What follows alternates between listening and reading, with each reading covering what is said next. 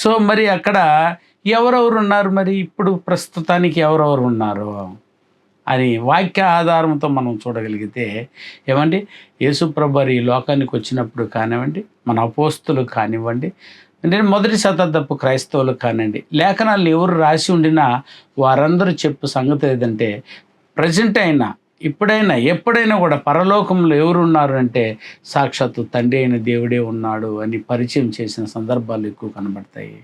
యేసుప్రభు వారు భూమి మీద ఉన్నప్పుడు భూమి మీద ఉన్న వారితో చెప్తూ ప్రజెంట్ పరలోకంలో ఎవరున్నారో వివరించిన సందర్భం ఒకటి ఉంది. మత్తయి సువార్త 6వ అధ్యాయం, అందరూ బైబిల్ తీసి చూడండి. మత్తయి సువార్త 6వ అధ్యాయము 9వ వచనాన్ని చూడన్నా. ఇది ప్రభు ప్రార్థనలో యేసు ప్రభు వారు శిష్యులకు ప్రార్థన నేర్పించేటప్పుడు శిష్యులకు ఎత్తు చూపించిన సందర్భం కూడా ఇదే. ఏదని చదువునా? కాబట్టి మీరు ఇలాగూ ప్రార్థన చేయుడి. యేసు ప్రభు వారు శిష్యులకు నేర్పుతున్న సందర్భం, మీరు ఇలాగూ ప్రార్థన చేయుడి. పరలోకమందున్న మా తండ్రి, పరలోకమందున్న మా తండ్రి, నీ నామము పరిశుద్ధపరచబడును గాక. రైట్ అండి, నీ నామం పరిశుద్ధపరచబడును గాక అన్నాడు. అంటే ఇక్కడ పరలోకమందున్న మా తండ్రి, పరలోకమందున్న మా తండ్రి, ఇప్పటికీ ఎప్పటికీ పరలోకమందు ఉన్నాడు తండ్రి అయిన దేవుడు. చూసారా, పరలోకంలో ఇప్పుడు ఎవరున్నారంటే తండ్రి. ఎలా ఉన్నాడు? దేవదూతల చేత ఆరాధించబడుతూనే ఉన్నాడు. నిత్యం ఆయన ఆశ, ఆయన కోరికలు ఏంటి అని అంటే ఆయనకు అనేక మంది కుమారులు కుమార్తెలు కావాలనేటువంటి తపన కొరకు ఇచ్చినటువంటి పనులను తండ్రి కానివ్వండి, ఆయన కుమారుడు ఆయన క్రీస్తు కానివ్వండి, పరిశుద్ధాత్మ కానివ్వండి, దేవదూతలు కానివ్వండి, ఆ సంకల్పం కొరకు పని చేస్తూ ఉన్నారు. వాటి కొరకు ఆయన నిత్యం ఎదురు చూస్తూనే ఉన్నాడు. పరలోకం ఇప్పుడు ఏమండి, తండ్రి అయిన దేవుడు ఏమండి మన కొరకు ఎదురు చూస్తూ ఉన్నట్టు కనబడుతూ ఉంది. ఇప్పటికి కూడా ఆయన పరలోకంలో ఉన్నాడని భూమి మీదకి వచ్చినటువంటి పరిశుద్ధాత్మ దేవుడు కానివ్వండి, యేసుక్రీస్తు వారు కానివ్వండి, దేవదూతలు కానివ్వండి, మనకు అందిస్తున్న సూచనలు దేవుడు పరలోకమందున్నాడు. తండ్రి అయిన దేవుడు నవ్వు పరలోకమందు ఉన్నాడు. It is a continue tense, ఇప్పటికీ ఉంటూనే ఉన్నాడు. అక్కడ పరలోకముల పరిస్థితి తండ్రి అయిన దేవుడు ఉన్నాడు. మరి ఇంకెవరున్నారు అక్కడ అని చూడగలిగితే ఏనైనా రెండవదిగా ఆయన కుమారుడైన క్రీస్తు యేసు వారు ఉన్నారట. ఎక్కడ ఉన్నారు, ఎలా ఉన్నారో కూడా వివరిస్తున్నారు. ఆ వాక్య భాగాన్ని కూడా చూద్దాం. హెబ్రీయులకు రాసిన పత్రిక 12వ అధ్యాయం 2వ వచనాన్ని చదువునన్నా.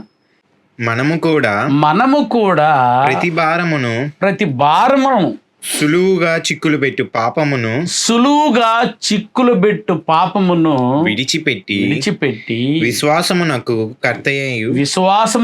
కర్తయు దానిని కొనసాగించువాడనైనా యేసు వైపు చూచుచు మన ఎదుట ఉంచబడిన పందెములో ఓపికతో మనం పరిగెత్తుదుమని గ్రంథకర్త తెలియజేస్తూ యేసుప్రభు వారు మాట్లాడిన మాటను చెప్తున్నాడు.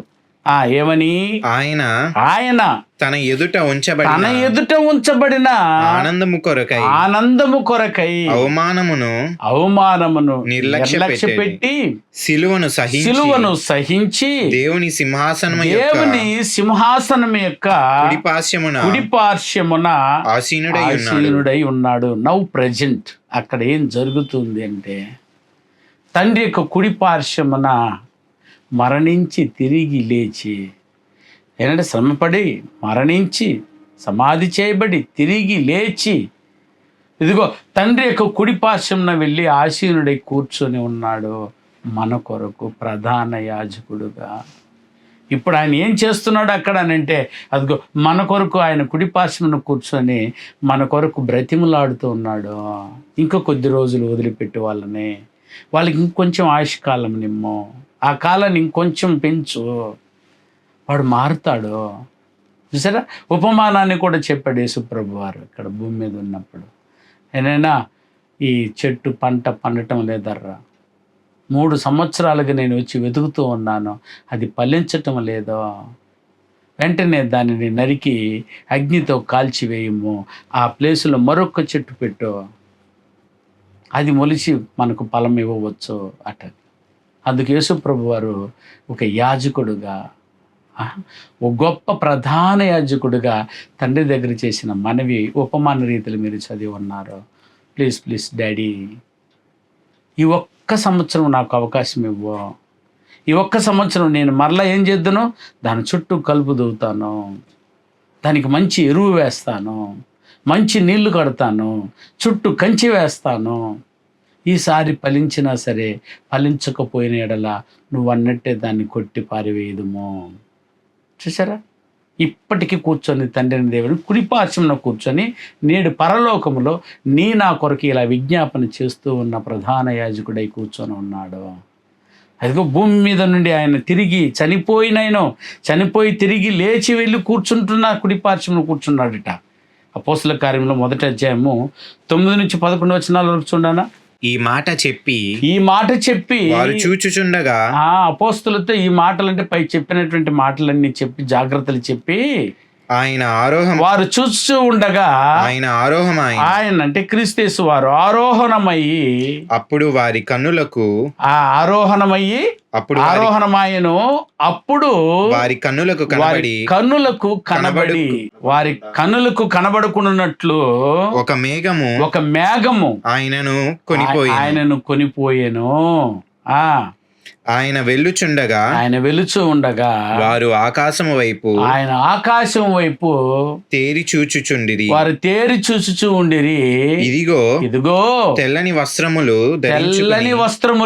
ధరించుకొని ఇద్దరు మనుషులు వారి యొద్ద వచ్చి నిలిచి గలీలియా మనుషులారా మీరెందుకు నిలిచి ఆకాశం వైపు తేరి చూస్తున్నారు? మీ యొద్ద నుండి పరలోకమునకు చేర్చుకొనబడిన ఈ యేసే ఏ రీతిగా పరలోకమునకు వెళ్ళుట మీరు చూచితిరో ఆ రీతిగానే ఆయన తిరిగి వచ్చునని వారితో చెప్పాను. పరలోకమునకు వెళ్ళి తండ్రి యొక్క కుడి పార్శ్వమున ఇప్పుడు ఆసీనుడై ఉన్నాడు. మీరు ఏ రీతిగా ఆయన వెళ్ళేది చూశారో అదే మేఘారూఢుడై ఆయన తిరిగి రానై ఉన్నాడు. వెళ్ళండి, పోయి ఆయన ఆజ్ఞాపించిన ప్రకారము యెరూషలేములో పోయి పరిశుద్ధాత్మ కొరకు వెయిట్ చేయండి. తండ్రి కుడి పార్శ్వమున వెళ్ళి యేసుక్రీస్తు వారు పరలోకమందు ఉన్నాడు. ఇప్పుడు ప్రస్తుతం ఏమండి, అదిగో పరలోకములో యేసుక్రీస్తు వారు తండ్రి కుడి పార్శ్వమున ఉన్నాడు. ఇప్పుడు పరలోకంలో ఎవరెవరు ఉన్నారు, ఏం చేస్తున్నారు అది వివరిస్తున్నాను. పరలోకమందు తండ్రి అనే దేవుడు ఆరాధించబడుతూ ఉన్నాడు. ఆయన కుమారుడైన క్రీస్తు వారు తండ్రి యొక్క కుడి పార్శ్వమున కూర్చొని మన కొరకు విజ్ఞాపనలు చేస్తూ ఉన్నాడు. హెబ్రీయులకు రాసిన పత్రిక 1వ అధ్యాయము 3-4 వచనం కూర్చున్నానా, 3-4 వచనాలు.